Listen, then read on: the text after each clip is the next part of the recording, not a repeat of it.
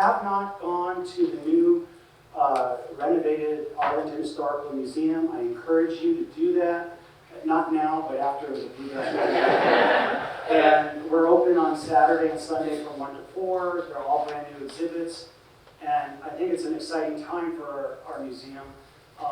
Next year is the Historical Society's 70th anniversary for the organization. And then, if you don't know it, next year is a big historical year.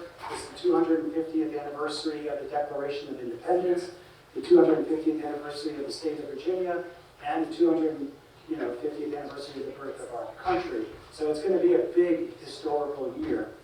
But since we're going to be doing a lot of history next year, I can only encourage you that if you currently are a member, June is our month to renew. And if you're not a member, I really encourage you to consider becoming a member. Go to our website, arlhis.org. There's a link on joining, and you can fill out the membership form. You can do it all online. Or for those of you that have brought your checkbook or want to pay in cash, if you look, the brochure has a form on it. You can fill it out, and you can be done, and you don't have to pay for the exorbitant cost of mailing a letter. So that's my plug for that, and I really encourage you to go visit our website.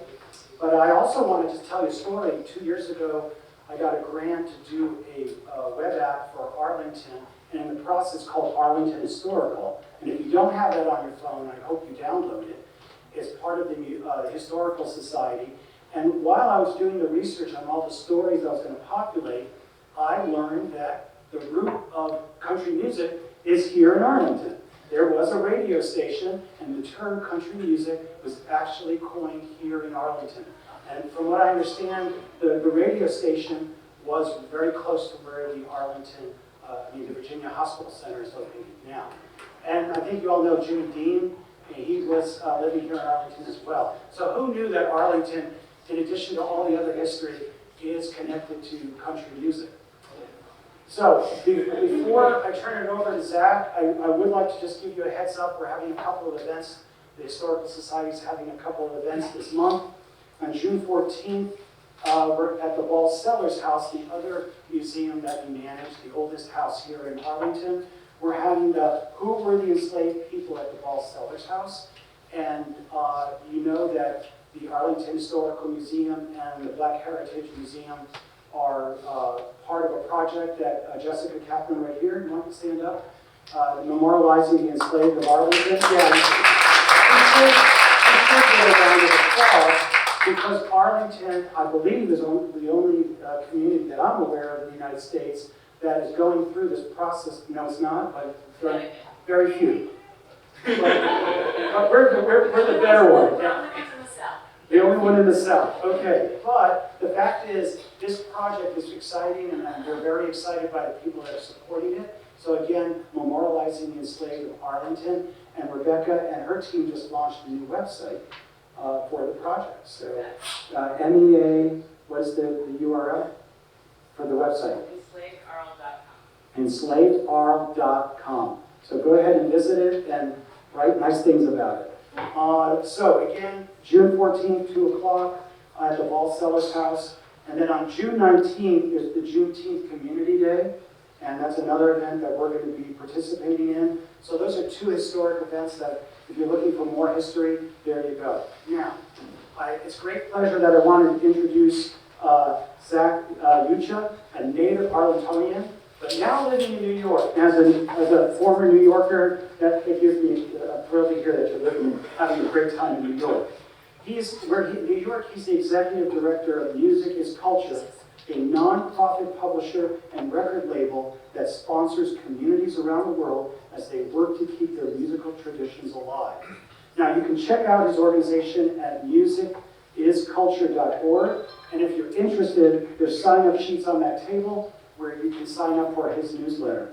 Now, last year, why are we here today? Last year, Zach wrote an article for the Arlington Historical Magazine's 2024 edition, and it was titled, From the Seldom Seen to the Seldom Heard, of an interview about Arlington Bluegrass with the Capital Area Bluegrass and Old Time Music Association founder, Don Rusnak. want to stand up for a second? Stand up. Never mind.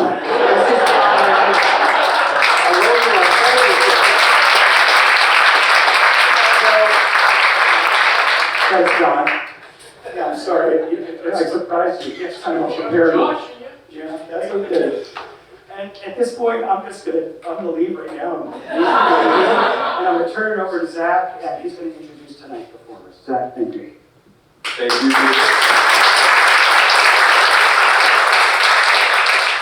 Yeah, thank you, Peter, and thank you to the Arlington Historical Society and to Marymount University for having us here, and a big thank you to everyone for coming out tonight. So before we get into talking, I want to quickly introduce the panel and give a little bit of historical background. Unfortunately, one of our panelists, Michael Jawarek, had to call out sick tonight. We're certainly going to miss him, but I don't think anyone will be disappointed by his replacement, Tom Gray.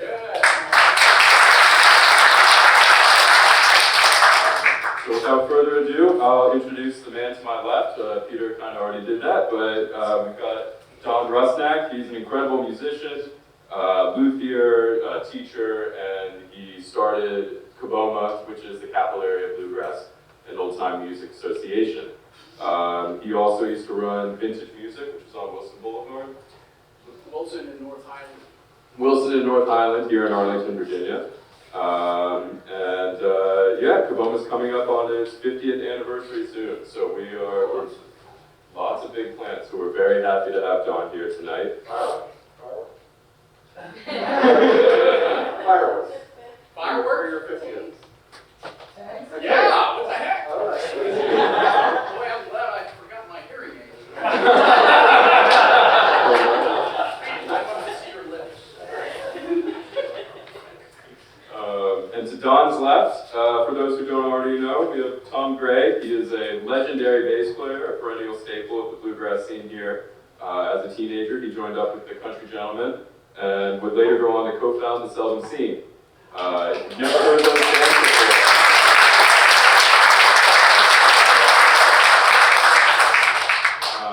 And then to Tom's left, we've got Randy Barrett. He is also a luthier, a musician, a writer, and the president of Bluegrass Country Radio, formerly on WAMU, and now going as strong as ever over the internet. So we're thrilled to have him.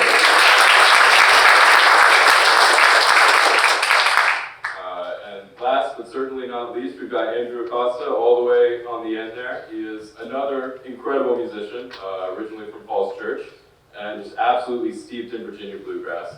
Andrew's been a part of many amazing projects and is particularly recognized for his work with Speedy Tolliver and John Caparakis.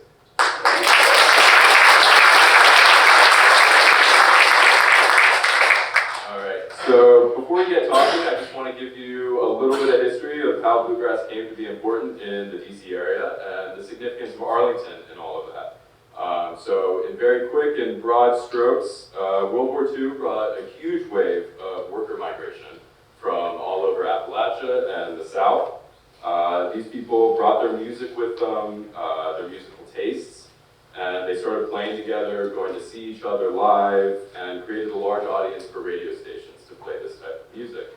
And pretty soon, people all over the DC area developed a taste for country, old-time bluegrass music. And Arlington played a big role in this as the home of two of the most popular radio stations, WARL on FM and WABA on AM radio. These stations would inspire a whole generation of bluegrass players and enthusiasts to start making and writing about this music. Yes, Tom.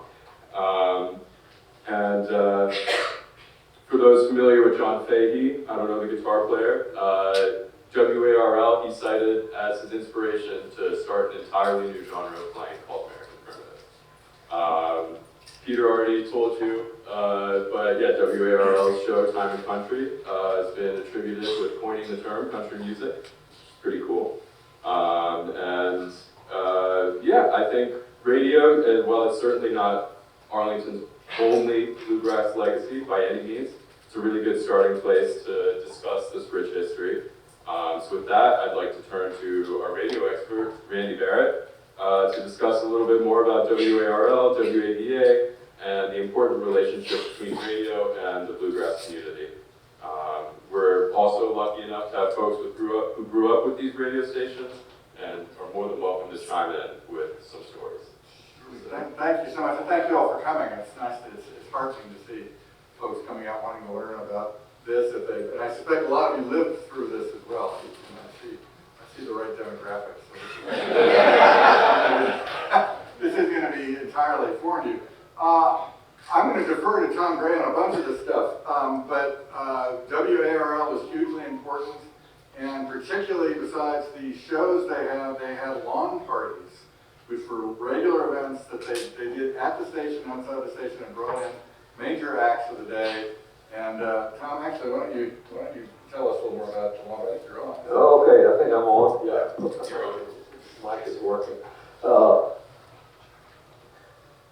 I used to ride my bicycle out to Arlington from the home where I grew up in D.C. To go to those WARL lawn parties. And all the local bluegrass and country well-known people all played at the lawn parties and visiting acts with Jimmy Dean, who had his television program, was there. Buzz Busby, who had an earlier dating television program, was there at those lawn parties. Bill Harrell with his band. Even Patsy Cline, before she was a national star, was a local. Stanley Brothers, right? Bill Monroe. The Stanleys and Bill Monroe would play there when they were coming through. Among the local people, the people I mentioned, and Bill Harrell and his bands. I made it a point to go out and see those people.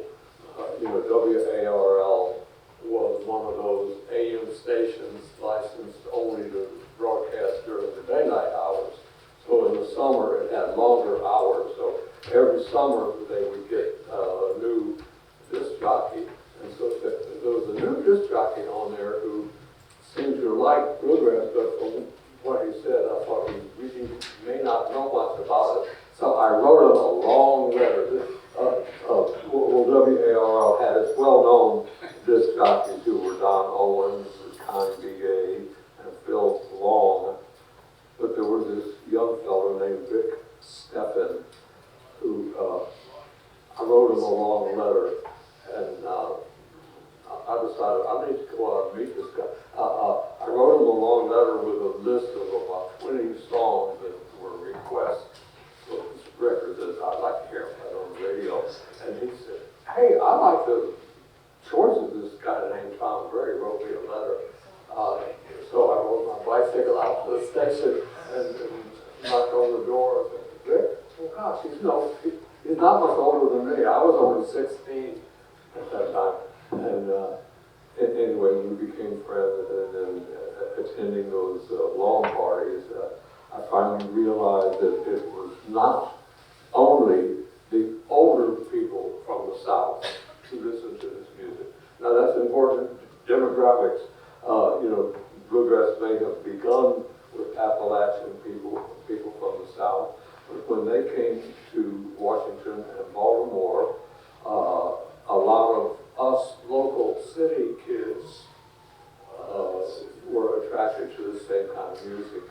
And so we have this intermingling of country people and city people, young people, old people, rich people, poor people, all getting together for this music that they love. And Washington was really unique in that mixture. There are other well-known bluegrass hotbeds, such as around Cincinnati, Ohio, Dayton, Ohio, where basically all of the music people are Appalachian transplants. Very few city people. But here in the Washington area, there were these people who made their homes here in Arlington. The first of whom you banjo players would appreciate, Donnie Bryant. In the 1950s, Donnie Bryant was Mac Wiseman's banjo player back when Mac actually had his own band, and Donnie Bryant was perhaps Mac's favorite sidekick.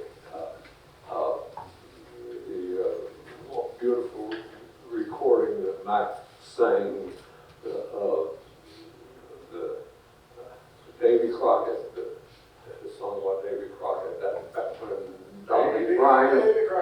when Donnie Bryant's banjo comes in, it is as big as a house. And anyway, he's a child of Arlington right here. John Duffy made his home here at Arlington. He's had 3 different homes in Arlington County. Never felt a desire to move elsewhere. John was one of these city-bred people who was attracted to the rural music, who had a very strong hand, perhaps bigger than anyone else, in creating the Washington sound in Bluegrass, which is a more contemporary sound than the rural mountain sound that you might have heard from Stanley Brothers or Jimmy Martin. John Duffy was very influential in that, and other city people like Bill Emerson, Donnie Bryant, who I mentioned.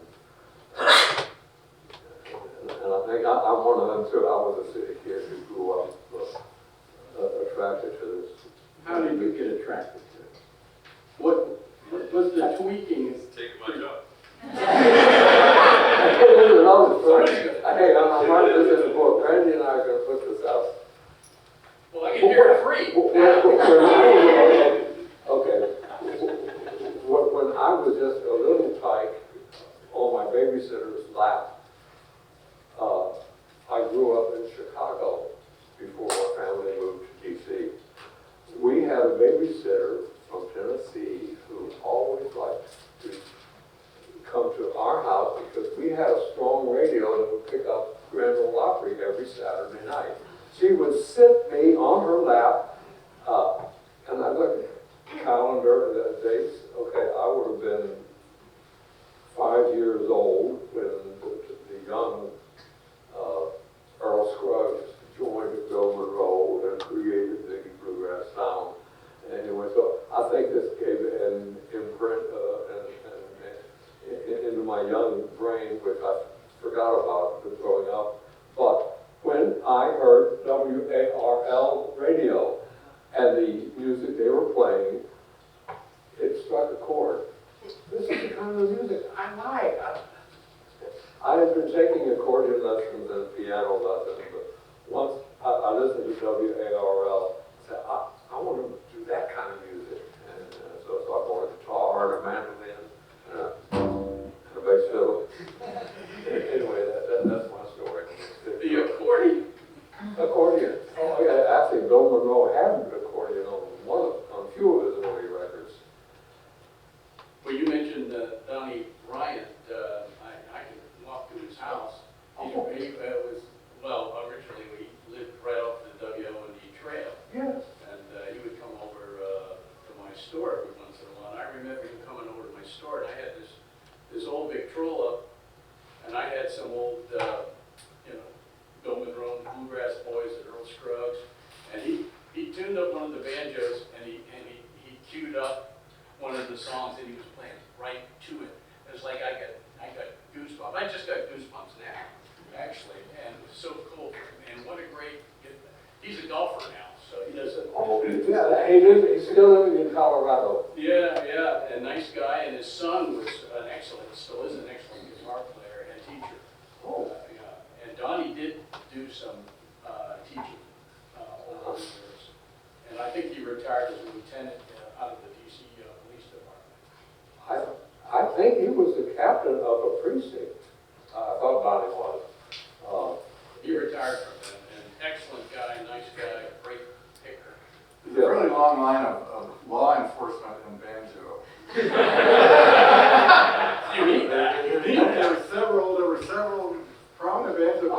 also cops. Smiley Hobbs, Smiley Hobbs. he's a local Yeah. picker.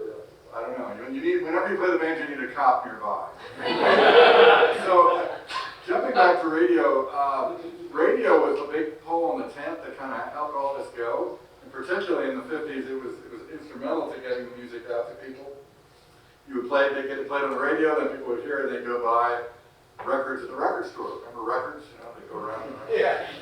We remember those. I like that. Right, so that was the ecosystem, right? I became more aware of this as I stepped in with WAMU, and I'll just give a quick history.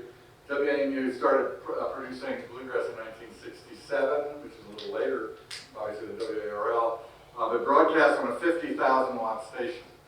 So that's a 50,000, went all the way up to Pennsylvania, all the way out to past, out in Middleburg, it went way out there, way south too.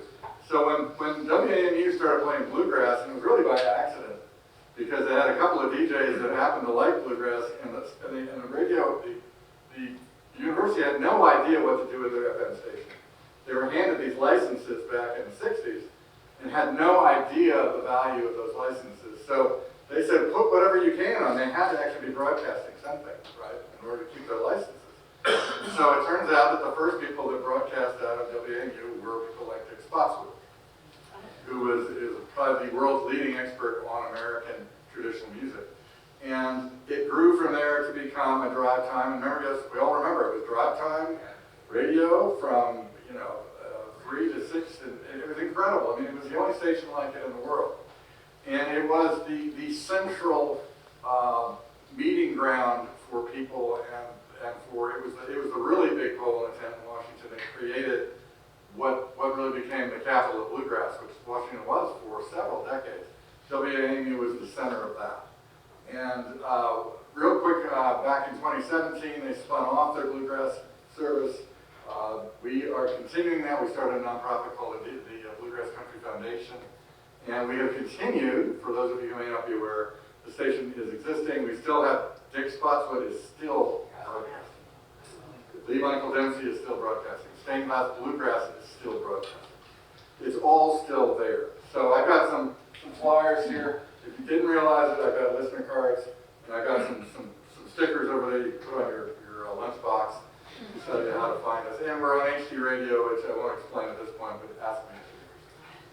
Just really quickly to rewind to Dick Spotswood, Yeah. and in my conversations with Dick, he's talked to me about Don Owens, who, Tom, you mentioned earlier at WARL, as one of his large inspirations for getting into Bluegrass, for going record shopping with Pete Kuykendall, with whom he later started Bluegrass Unlimited, and as one of his radio inspirations. So I was hoping maybe we can go back to that part in your life where you're getting inspired by the radio, you're listening to people like Don Owens, and we'll start to move into some of the bands that were coming out of your generation, and obviously I feel like the Country Gentleman would be a good place to start. If you wouldn't mind talking about how you came to join the Country Gentleman, and where you were playing, and what you guys meant to the scene here. Oh, okay. Well, a brief little story. The founding of the Country Gentleman was founded by an accident. A traffic accident that almost killed Buzz Busby, who was leader of his Bayou band, Bayou Boys. After playing a bar at Bailey's Crossroads, he and 3 members of his band went out partying to the all-night bars down at North Beach, Maryland. This was back before there was a beltway around D.C. You had to drive through D.C. They went there. They had a tragic accident, and it almost killed the leader of Buzz Busby. The one member of that band who did not choose to go out partying was Bill Emerson, very prominent in our local music scene. And it was up to Bill to fill in musicians to hold on to their gigs for the next night. So he called Charlie Waller, he called John Duffy, and he called a friend to play a bass, although this friend never had played a bass before. They liked the way they sounded and decided to become a band. So that was the birth of the Country Gentleman. That was the 4th of July, 1957. I had been a fan of Buzz Bugsy and his band. And lo and behold, at the next lawn party, in Buzz's place was this new band called Country Gentleman with John Duffy and Charlie Waller. It was very lucky that Charlie had just recently dropped out of Buzz's band. Otherwise, Charlie would have been in that accident. Because we know that Charlie liked to go out and drink. No, bless his heart, everyone loves Charlie, because he had a weakness for the alcohol. But fortunately, Charlie was no longer in Buzz's band when the accident happened, so Charlie was available for the new band that became the Country Gentleman. Was it the Admiral Grill and Bailey's Crossroads? Yes, they played both of those clubs were in the Bailey's Crossroads area, the Crossroads restaurant. As a teenager, I never felt safe going to Admiral Grill, but I did go to the Crossroads, which also was known as Bill's House of Beef, at Bailey's Crossroads. And I watched the band. Of course, I hung around these people as a wannabe, hanging around, and so they knew I played the bass, and so they asked me to get up and guest with them a few times. And that happened more and more often, and then when my predecessor playing bass with the Country Gentleman had health problems, they offered me the job. So I became a member of Country Gentleman at age 19 in 1960. How did you get the gig, the standing gig at the Shamrock? Because I heard you guys at the Shamrock, and how did you first get into that? We were already well established at the Crossroads, and the Shamrock was well established as a country music nightclub in D.C. And we knew the owners, the Mickey and Roger Woodward. As a matter of fact, it was from the Woodward Brothers where we learned the song Two Little Boys.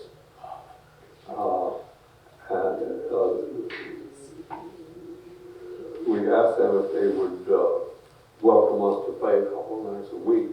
So we already had weekends in Virginia, so we took the Tuesday and Thursday nights at the Shamrock in D.C. So you guys are playing almost every night of the week, right? 5 nights a week? We were playing 6 nights a week at various clubs around Virginia, D.C. I mean, think about that for a second. D.C., between here and Baltimore, Tom, and I was helping him with his book, which has been wonderful. He counted 40 places he could play bluegrass between here and there. Regularly. Now, these were dives, a lot of them, right? There were some pretty tough choices. But they like some were quite forgettable. Although you remember them for being so bad. No, how could Ted Thompson be bad? Yeah, it was really incredible. People, there was a clientele that would go out and wanted to listen to bluegrass country music to them, and 40 places, dive bars, roadhouses. It was a thing. And Don, you were one of those people going out and getting inspired at some of these clubs, right? Yeah, all the time. My dad would take me over to the Shamrock, after I, swore I wouldn't mow the lawn or something like that. But he was a tenor banjo player, so he was all for me learning the banjo, and if I was doing it, I was off the streets, supposedly. So we'd go over there, and then to love bluegrass, you first have to be exposed to it. You have to hear it. So how does one hear it for the first time and say, hey man, I like that?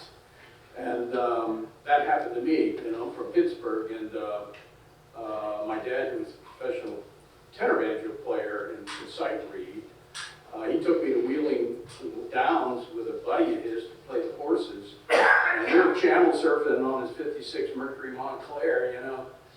And all of a sudden I hear this banjo. And I go, Dad, that doesn't sound like your banjo. And he goes, that's country banjo, you know, 5 strings. And I found out much later, that was I think the summer of '62. I found out much later that the banjo that I was listening to was Bill Emerson playing Little Maggie when he was with Jimmy Martin. With Jimmy Martin. So I just got another chill. I'm old. So that's how I got interested, and then we moved to Virginia. My dad said, hey, you got to take some lessons. So he immediately takes me down to D.C. for classical banjo lessons. So that lasted about a day. And then he said, well, it was too much money. So anyway, we had somebody come and try to teach me at my home classical banjo. That didn't work. I was trying to say, go tell Aunt Rudy. I was trying. No, it didn't work. So I just cut that out and started listening to records. And that's how I started seeking the music out in Old Town Alexandria. Before it became yummized, it was all blue collar, and Tommy Summers' record store on King Street had this bin of 50-cent records. So the 2 records that I bought, one was all compilation of all Bluegrass hits, Country Gentlemen, and Buzz Busby, all these guys. And then Art of the 5-String Banjo by Billy Fair. And I found out later that Billy Fair's rendition of Sealer's Hornpipe was the catalyst for Bill Keith to try to do melodic style in the 60s. So, and Bill Keith even mentioned Billy Fair as being, hey, if he can do that doing this, I can do that. You know. That's how I got started, and I'm sticking to it. And Andrew, you're about a half a generation younger than these guys, but I was going to say, I'm a little younger than these guys. Get out. You're not both. No, but in terms of when first getting into bluegrass and hearing it, and that would be from Benny and Valley King. If you're from Falls Church, Benny and Valley were the most established, professional, real West Virginia style bluegrass, and they live close by to where I live, and their son was 1 year older, and they were very established, and so we're talking. And when I first put a band together and trying to play, I went to the Annandale Bar and Grill. We're talking about 1974, 5. And Benny and Valley were playing there, and after that, I said, Benny, do you think we could play there? I mean, can I hear it? He said, well, I don't know, just go talk to Bill over there. I guess you can. I don't know. He gave me just a bit of a nudge, and so that was how I, heard bluegrass up close and real, and that. And Valley, a woman singing lead was not very common in bluegrass. And so Benny and Valley had a very, do you agree, Tom? I mean, like a distinctive sound. I mean, you really knew when they played their record that it was them. Like, they sounded like no one else. And I became very close to Benny, and we just shared a love of Jimmy Rogers' music, for one thing, and his son, was having a lot of health problems and kind of fell out down in the basement. And Benny was like, "Well, you want to get a guitar and play?" And we would play up in the living room, and so he taught me a lot, and that's how I got into it. And the Annandale Bar and Grill was. Which turned into the Sunset Grill, I think later on, in a different part of that strip mall, but that's where I started. What other places did Benny Valley came? Shaky's. That was one of it, and also in Annandale, Shaky's Pizza. I don't know where I know I know Benny and Valley played for a long time, a long-running gig. Join on 8th Street, Southeast DC, Erico's Bar and Grill. It was right across the street from the Marine Corps barracks. There was a whole strip of That bars. was a tough place, wasn't it? Yeah, they played Erico's for quite a while. I used to go and listen to them a lot, and then later after I grew up and I got to be part of Benny and Valley's band, before their son Andrew was old enough to play his own bass. That's right, yeah. The worst barroom brawl I have ever seen was while we were playing Benny and Valley on stage, and I played bass with them. Johnny Wisnich playing banjo. And Jim DeRozier playing fiddle. And our great old-time music heroes, Mike Seeger and Alice Gerard, were sitting in the audience when this fight broke out, and I can still picture Alice and Mike in this booth with their feet up, word off of flying Like body. fighters. Meanwhile, Benny and Valley and I went back in the kitchen to get away from all activity. This was in the joint called Jimbo's in Manassas Park. It was right on Route 28 as you're heading into Manassas. We played there for a long time, but it was one joint where Benny and Valley played. They also had a long-running gig in Vienna at the maple. It was named after a tree. Is that the maple? Is there cedar or the maple? This was Cedar Inn, I think. Cedar. Okay, so it is a tree. Thank you. Cedar tree. I mean, I think again what you're hearing here is, I mean, these are pretty tough places. And Tom can so quickly tell the story at the time the drunk wiped out and broke Charlie Weller's guitar and Duffy's mandolin, right? Yeah. That was in Falls Church City. That was a joint called the Tremont. I think there's a Tremont Street or Avenue in Falls Church that meets Highway 29 there. This was when I was in Country Gentleman. It would have been about 1963. During the intermission, I laid my bass down on the floor, kind of the way you see this here, and behind it were John Duffy's mandolin and Charlie Waters' guitar leaning against the back wall. Well, some drunk just staggered on by, tripped over the little one-step stage, fell onto my bass, knocked the bass over onto the guitar and the mandolin, and snapped the neck on both instruments. So this was not a barroom brawl, it was just one staggering drum and Eddie. So did that inspire John to make the goose, that mandolin? And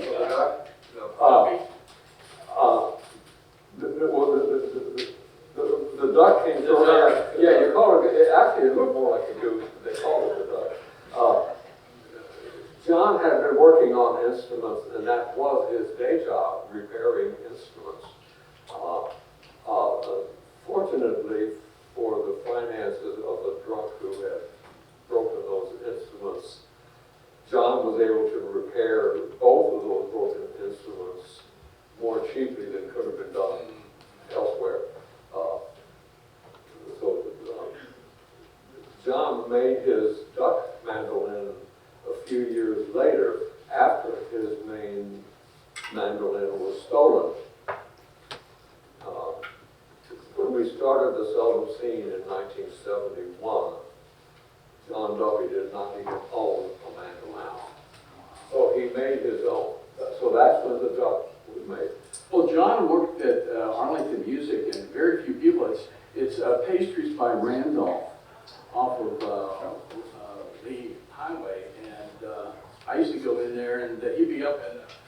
rafters up there, you know, on the second floor, and there was stuff up there.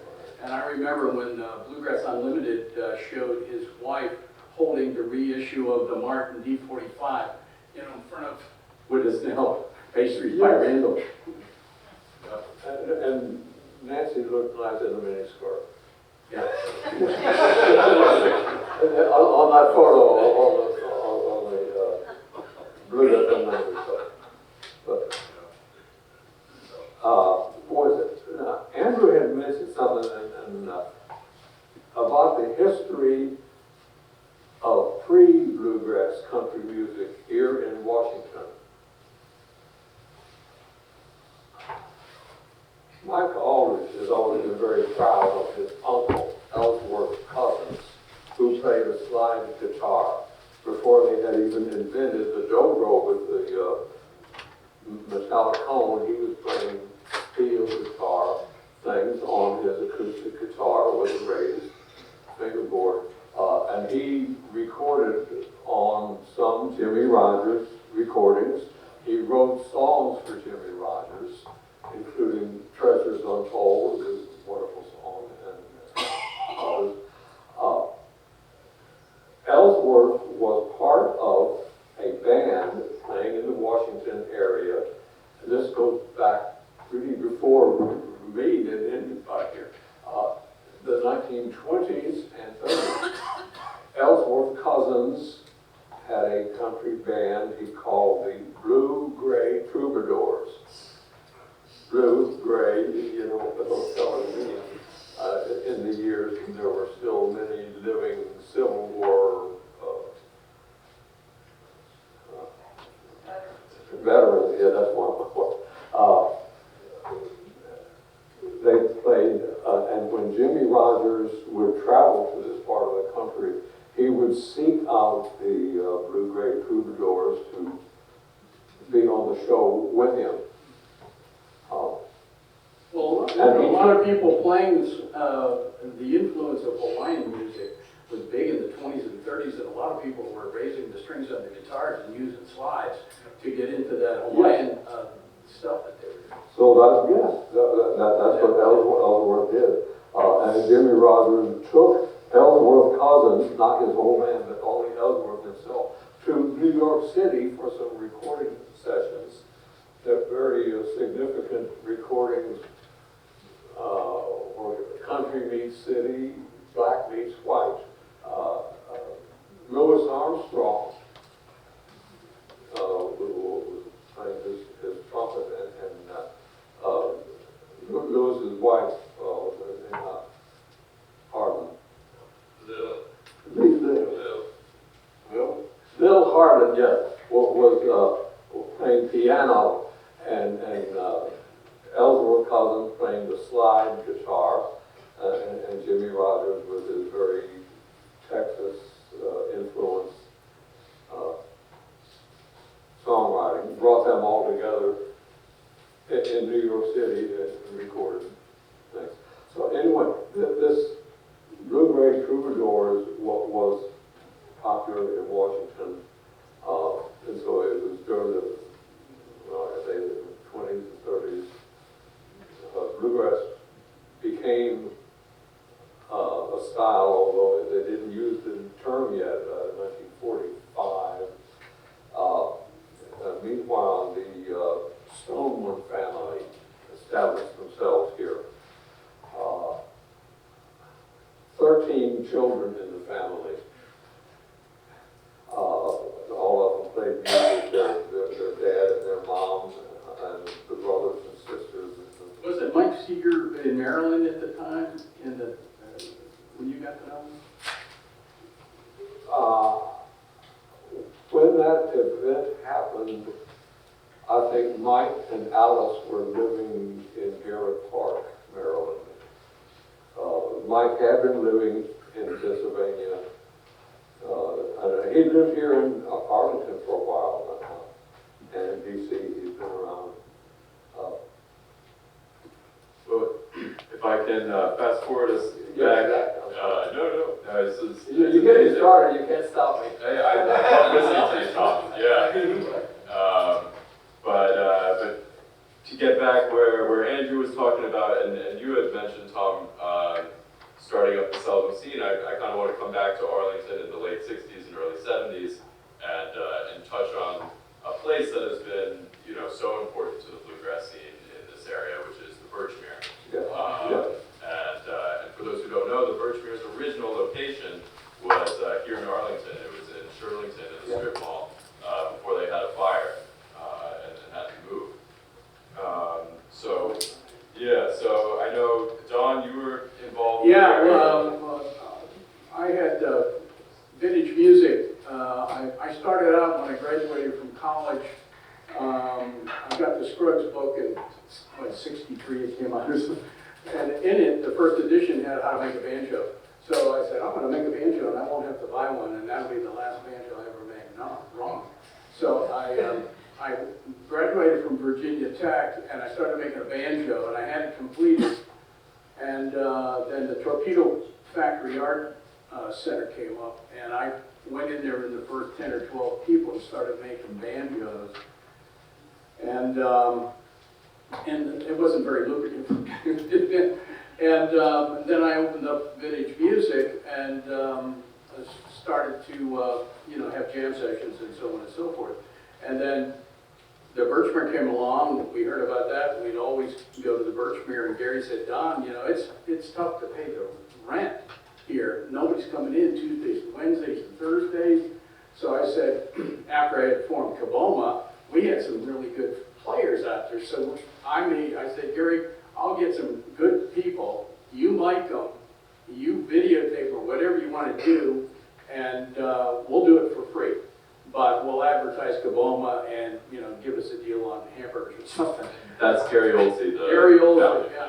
So he says, yeah, let's do that. So I forget, every Thursday we played for free. It ran the gamut of bluegrass and single acts, Appalachian folk music and stuff. So we got an appreciative audience.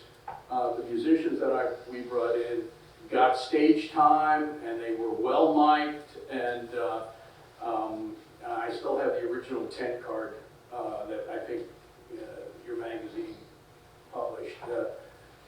It advertised my music store, and it helped him stay afloat.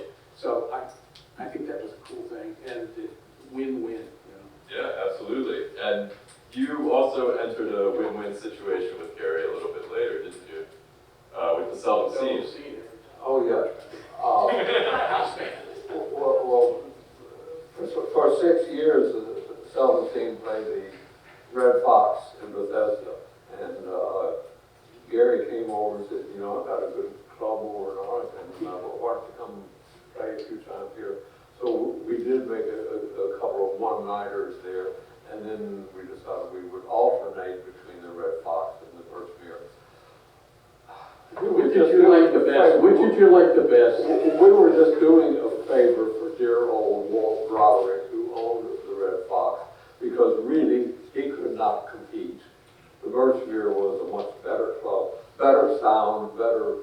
They had a green room. They had a green room. They had better food. And a bigger club, he could pay us more money. So eventually we stopped playing at the Red Fox, and as the band decided we'll quit the Red Fox, they assigned me to be the one to tell Walt that we were quitting. But Walt said, I really expected this. I wish you well. And so it wasn't long after that the Red Fox went out of business. But the Birchmere was better. The first Birchmere in Arlington would seat 150 people. The second Birchmere in Alexandria would seat 300. And then the third Birchmere, where it is now, seats 500. Well, we used to play there every Thursday and come close to filling it up those nights. But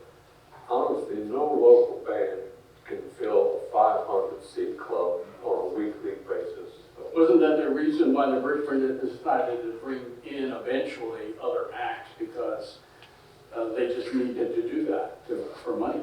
Well, yeah, if Mike Schreiber were here, perhaps he could explain it all. Yeah, I think it was a financial thing.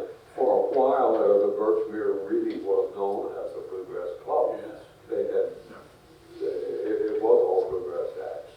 Well, I hazard kind of what happened was, if you're looking at the 60s, 50s, 60s, and 70s, it was a demographic sweet spot that got hit, right? So you guys are coming on with a very, very new, fresh sound, and your audience was in their 20s, maybe early 30s. Well, up and down. Okay. But, right, so there, a lot of them are pretty family, and it was also pre-drunk driving law.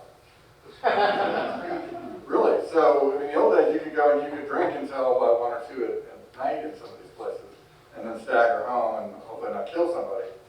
But when drunk driving laws came in, that started to pare down the number of people who were to stay out late. And you had a demographic shift of these younger people who had families and weren't going out as much. And that was part of what was kind of fighting the Bluegrass Club. And you could maybe fit 250, you could fill 250 or 300, but 500 was not going to be. Yeah. And it was a good financial decision on their part, from what Mike Schreiber and Gary Olsey, to seek other audiences than just our little bluegrass world. You got rock acts and country acts. Right. I would also posit in Arlington, I know we're talking about Arlington, here we are with the Arlington Historical Society. I mean, the thing that was most important to Arlington and Bluegrass was the Birchmere in the early days, and John Duffy. Right. John Duffy was a generational talent, perhaps a century talent. A man who could sing probably 4 to 5 octaves, whose father was an opera singer, who came to it honestly, but had just a unique talent to be able to sing both the glass-etching high tenor that you associate with bluegrass, and also an absolutely gorgeous falsetto that he could blend back and forth. And he really was 2 voices in one guy. And he was a deep student of the music. He spent a lot of his youth going to Stanley Hurley shows, recording the shows from the crowd. I haven't managed that, but I could say as much. He was a deep student of the music and just an enormous talent. And really, he was the guy that really created the Gentleman's Sound along with Charlie Waller, and then the Seldom Scene. He lived in Arlington. He was an Arlington resident. He was a local. Played softball. He was around. He was right up with George Mason, right? Off George Mason. Right. Yeah. So I mean, tell us what like you work with John Duffy, because he was just he was a unique character. You got to love him and hate him at the same time. He had some bad habits, but you got to respect him for what he could do. He had a great business sense. He knew how to make money at this business. That's tough. yeah. And he was a great showman. Oh yeah, he liked to shock people from the stage. He would insult people and make comments about characters in the news, although he was not following it very closely, but close enough that he knew some names he could throw out and people would laugh. I remember him wearing zebra pajama pants or something, and then redskin, kind of flowing redskin things. You know, I guess that's when you didn't have to have a string tie and cowboy pants. He did his, it was after I left the band that he really got into wearing his zebra pants. And the upholstery in the Birchmere was made to look like John Duffy's pants. Patches are black and white like you see on cow. Yeah, Duffy was well known in the bluegrass music, and Flat and Scruggs tried to hire him for quite some time. Right? That was a standing offer. John talked about getting frequent phone calls from Louise Scruggs, who managed Flat and Scruggs, trying to hire John. But John resisted those requests. He was strong-willed enough that he knew he would never be satisfied if his role were just to sing tenor to Vesta flat.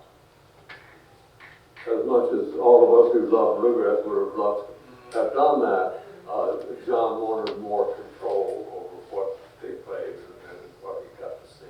Right, and the other thing, I'll throw out, and people can, I think, probably mostly agree with this, is that, I mean, I've been playing bluegrass for like 45 years, and it's always when you go out, you're hoping somebody shows up, you know, and you just hope that it's, you know, going to be people there, because it's, you never know. And the thing about the seldom scene was, from almost the very beginning, people were lined up around the block, which is, you know, unheard of in my knowledge of music business, period, right? Is that a band comes together and people line up at the door.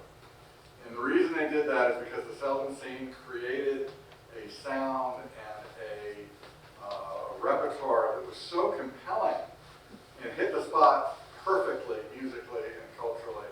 It changed the face of the music. So it changed the direction of the music completely to a more modern sound. And I think Lee Keitel used to get Duffy trouble saying, you gotta promote yourself, you gotta get up, and Duffy would just say, no, we're just gonna play once a week, maybe we'll do a festival here and there, and the people will come, and they did. I'll throw this out here at the panel. Do you think the bluegrass in general, the people that are coming up with it, I see a lot of young people playing it and loving it. Are they hearkening back to old bluegrass, or are they being inspired by the new wave bluegrass? Oh, the whole world loves the new Billy String. Oh, yeah. And I haven't seen him yet, but we have tickets to see him when he comes here. Yeah, we have a couple Later of this on the year. show, I hear. Yeah. All 19,000. Yeah, 19,000, yeah, we'll see him. But Billy and his band will play the traditional bluegrass tunes, but he's got a lot of his own original material. I don't know if he combines it with rock like some of the bluegrass people do. I don't know. There are some who I hear them play music that I can't understand, but attracting a young audience who's enthusiastic. Well, I find that, a lot of my banjo students, they'll learn the instrument, and I'll give them the fundamentals and building blocks to the instrument, and then they'll go off and use it in a different way. And their band, like one of the guys I taught for 4 years, and he graduated from University of Virginia, Richmond, and I congratulated him on graduating. And I said, what are you going to do with your job? I'm in a band. So he started a band, and they're opening for the last 3 years all over the country. But he's using the banjo in a different way. And he was at what's the festival that just happened up in Maryland? Yeah, he was at Delfest, and but using the banjo in a different way. Again, let me point this back to Arlington, and this is what blows me away as a musician, is that the seldom scene didn't really rehearse. Duffy hated to rehearse. And so their rehearsal was the Thursday night gig at the Birchmere. When you think, how many people saw the seldom scene at the Birchmere? Oh. One of the finest bluegrass bands ever walked the planet. Just a stunning achievement of musicians. And they didn't practice very much. They would get together, they'd throw it together in the green room right here in Arlington and walk out on stage.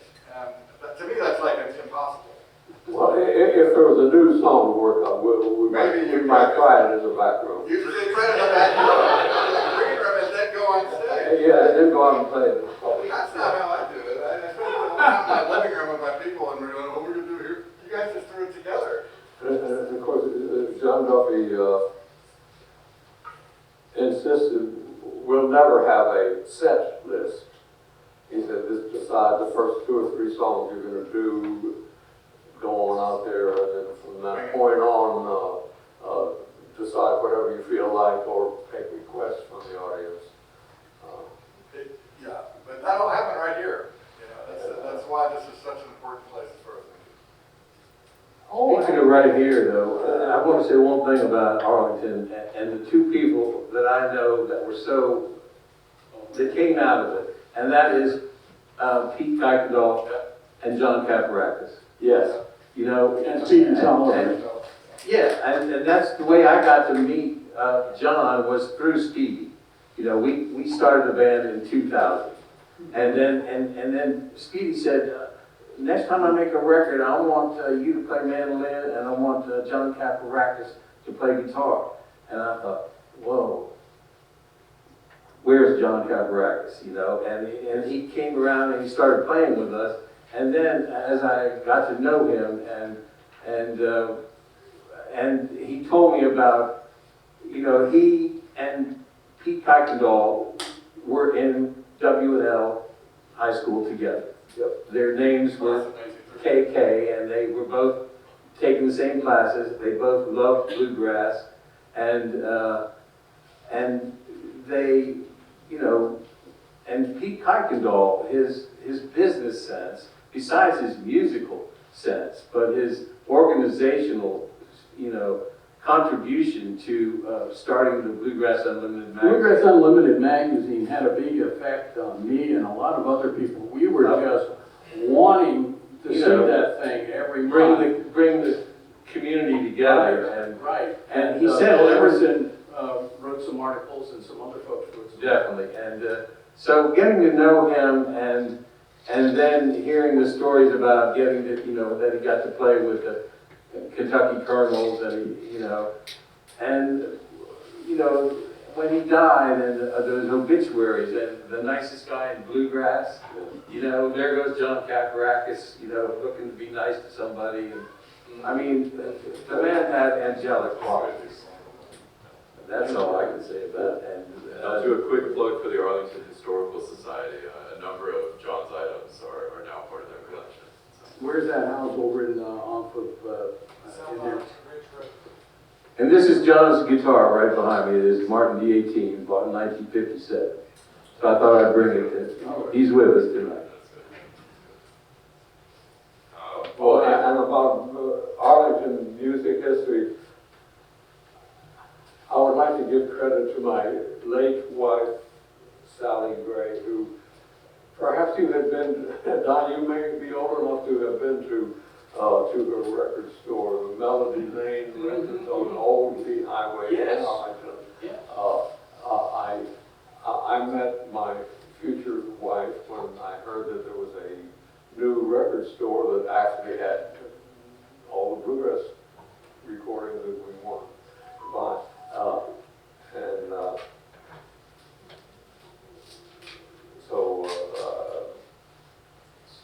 We became good friends after the store went out of business, and she and I got married, and then she was part of the launch of the Bluegrass Unlimited, right? yeah, for 6 months she was the managing editor of Bluegrass Unlimited. But honestly, she didn't have the business sense that Pete Kuykendall did. Pete would see the need and try to fill it. That was a unique talent that Pete had as far as running the magazine or starting IDMA. And his recording studio, he saw a need, and he started it up. And for a while, his basement studio at his home in Falls Church was a favorite place for people to record.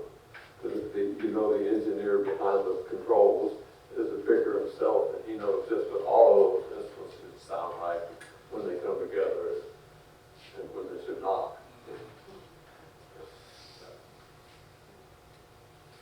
Well, we're coming up on, you know, if we want to have time to play music later, I feel like we should maybe wind down a little bit. I want to give each of you an opportunity to talk about what you've got going on now and how people here can engage with bluegrass and you know, the music in this area. And then we'll take a couple of questions from the audience, and then we'll play some tunes. All right. So, Wait at somebody.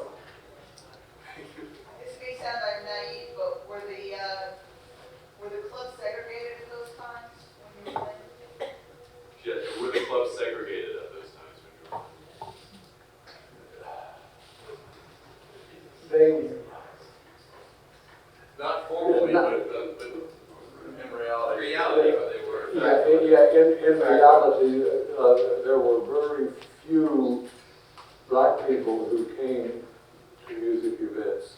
And I know a few black people who played bluegrass, and it must be a hard road, being lonely among all this. It's changing now, but that was,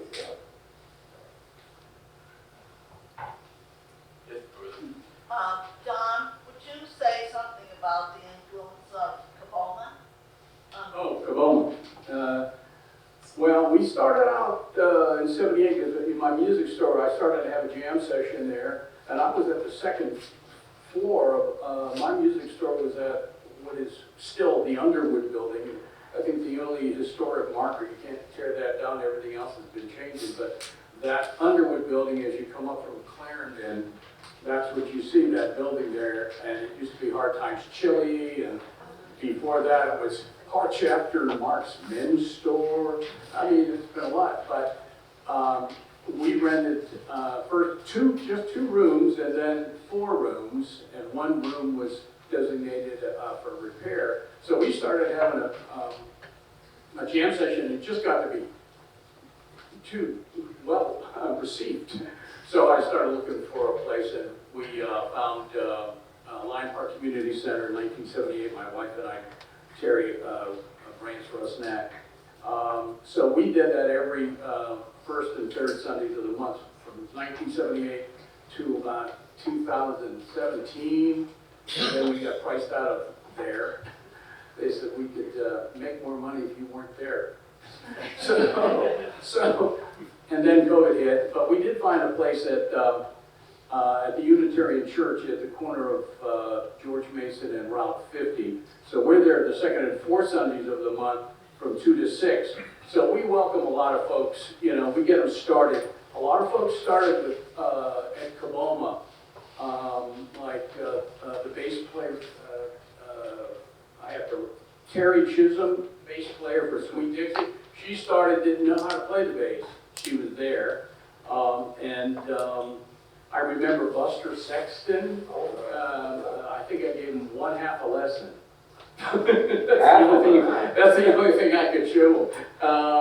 But we start them out, and there's a guy that, Banjo Dan Mazer, he was a regular at Caboma jam sessions at the store.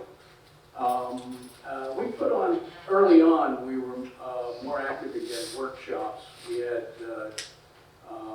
workshops with Alan Monday, a couple of those early on at the Birchmere. And so we're still there.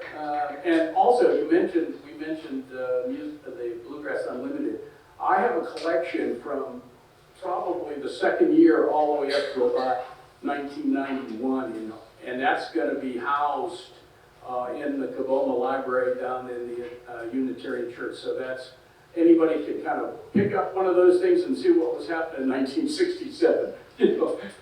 It's a great resource. Those early Bluegrass Unlimited had John Caparakis' column of Bluegrass in the Clubs, and it would list all the members of every band and what they were playing. Right, I lived next, I was in Cherry Hill Apartments, and John was in Cherry Hill, in the next building number 1, I was in building number 2. So I go, hey man, your name sounds really nice. Very nice guy. I thought he always lived in his parents' in Military Road. And right, and Caboma is going to be doing a square dance, and it's going to be for families and children. Anybody who wants it's going to be a live string band there. We're going to hire a caller. So that's going to happen hopefully once a month. And I've been in talks with Arlington County pre-COVID, and we're going to try to get a once a year bluegrass party at the amphitheater, Caboma/Arlington County, and that's in the works. We're in talks. Nothing's been signed, and I've been in talks with Deering Banjos. They're or 15 banjos to Kaboma, and we're going to offer to those who can't afford a banjo and can't afford a lesson, anybody that falls into that category, we're just going to give them a banjo, and either I'll teach or somebody else will teach. So that's in the works. And I just want to quickly interject and say that, we talked a lot about these places in Arlington specifically that were big for the bluegrass community at large. And I just want to, honor Don with this, that Kaboma has been a stalwart of this music in Arlington for almost 50 years. And You got Rick Sweeney there and Fred Nelson. So yeah, we got some of the band founding members. Fred, where are you, boy?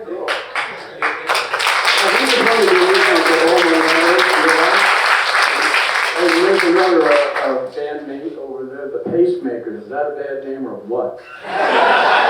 It's true. No, I'm serious. When that name came up, I had some great names, but they stuck with the Pacemakers. And we should get these little things, some sort of thing that go like this. If anybody dies on stage, I'm going to say, hey, watch it. I think we have time for another question if anyone has one. Oh, Brandon Lindley's up there. He's the current Kaboma president. Stand up, Brandon. He's in a great bluegrass band. What's the name of the band? Algorithms, right. I had that written down, but I couldn't find it. Well, all right, if we have no more questions, I think we'll get set up real quick and play a couple of songs. Okay.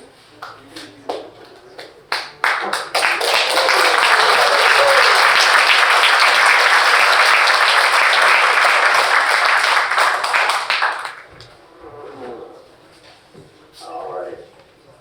We got this all ready to go. Let me get mine.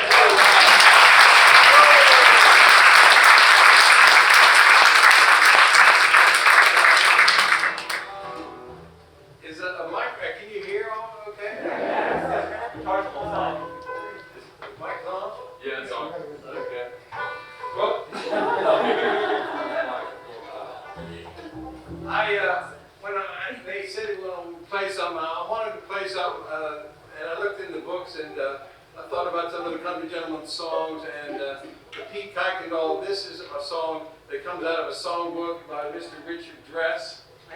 You know, his famous collection of lyrics that he printed in his off hours at the government printing center. But this is a song that it's a song from the Carter family that Duffy and Pete Roberts arranged their version of.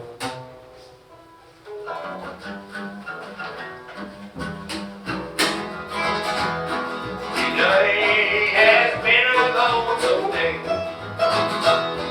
Today has been a lonesome day. Today has been a lonesome day. Tomorrow will be the same old way.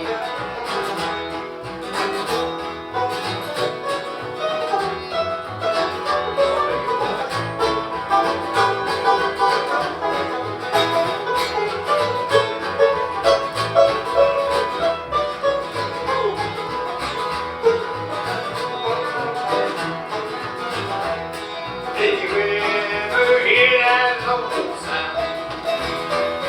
Did you ever hear that church bell tone?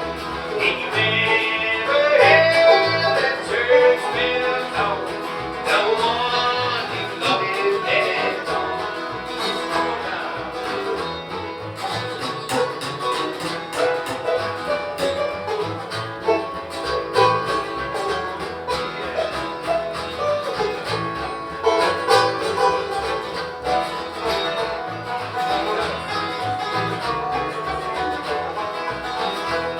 They carried my mother to the burying ground. They carried my mother to the burying ground. They carried my mother to the burying ground. I watched as the neighbor in the ground. Oh, dig my grave with a silver spade. Oh, dig a grave with a silver spade. Dig a grave with a silver spade. In my place where she lay down.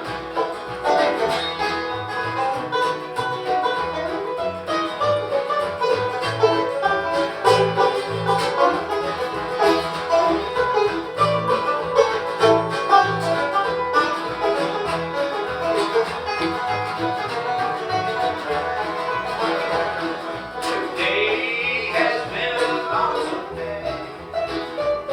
Today has been a lonesome day.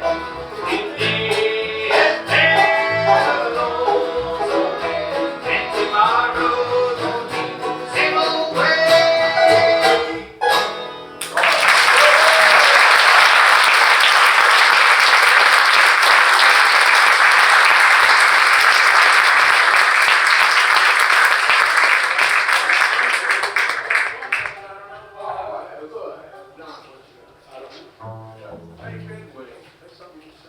I'll play something I know.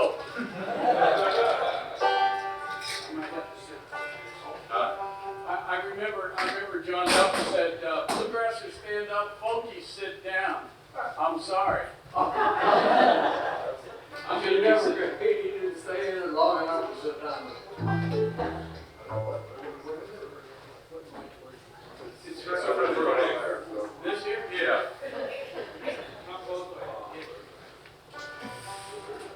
What key? I'm just gonna do red wing and G. Oh, okay.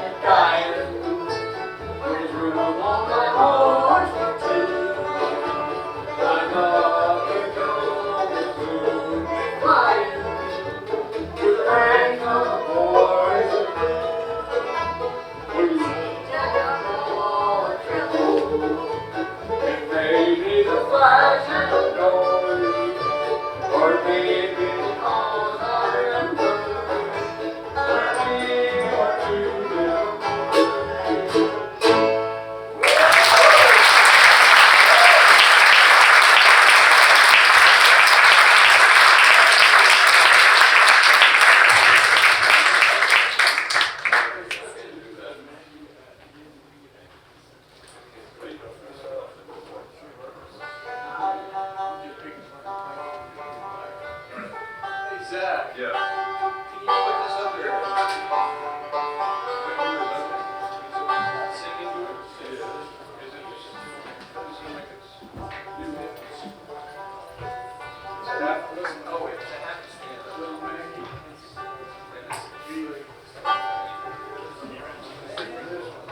I don't sing it. You ready? I don't sing it. Oh, I ain't do it. I don't do it.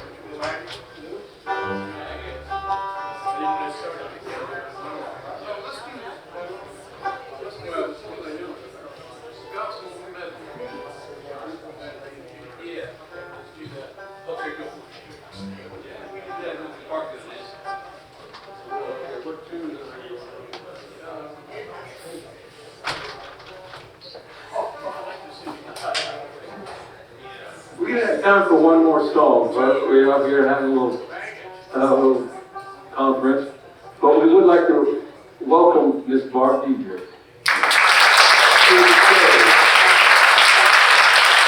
You're not Mr. Tom Gray, right? We can tell you that, or you just, huh? Mr. Tom Gray, too.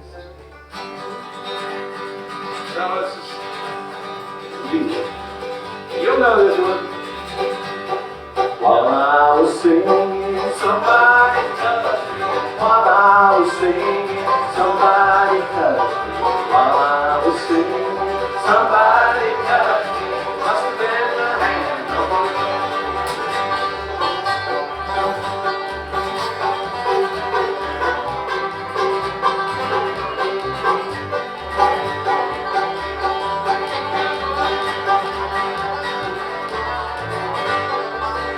I was standing by my window on a cold, rainy day, and I saw the birds coming rolling to take my loved one away.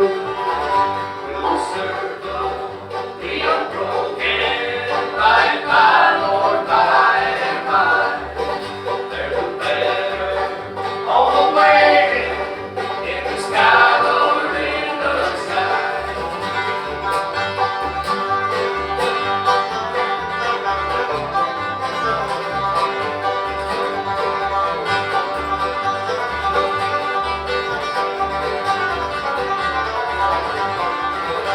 Undertaker,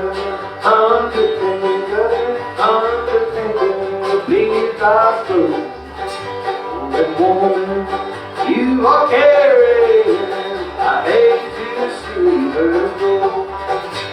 The circle be unbroken, by and by, Lord, by and by. There's a better on the way, in the sky, Lord, in the sky.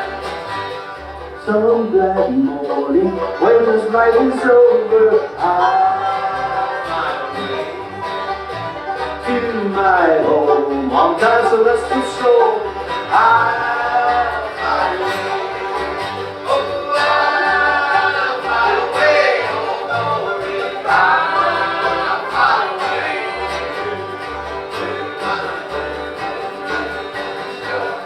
I'll find a way. Yes, I'll find a way.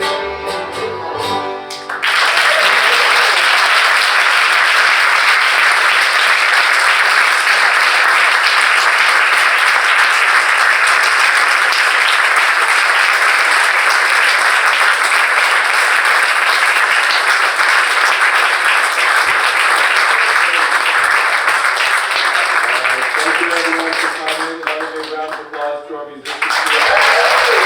Thank you to the Arlington Historical Society.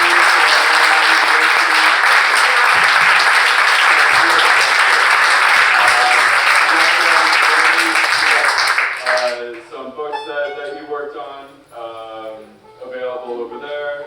We got the sign-up sheets for the nonprofit, some more information about Bluegrass Country Radio, and Don brought some cards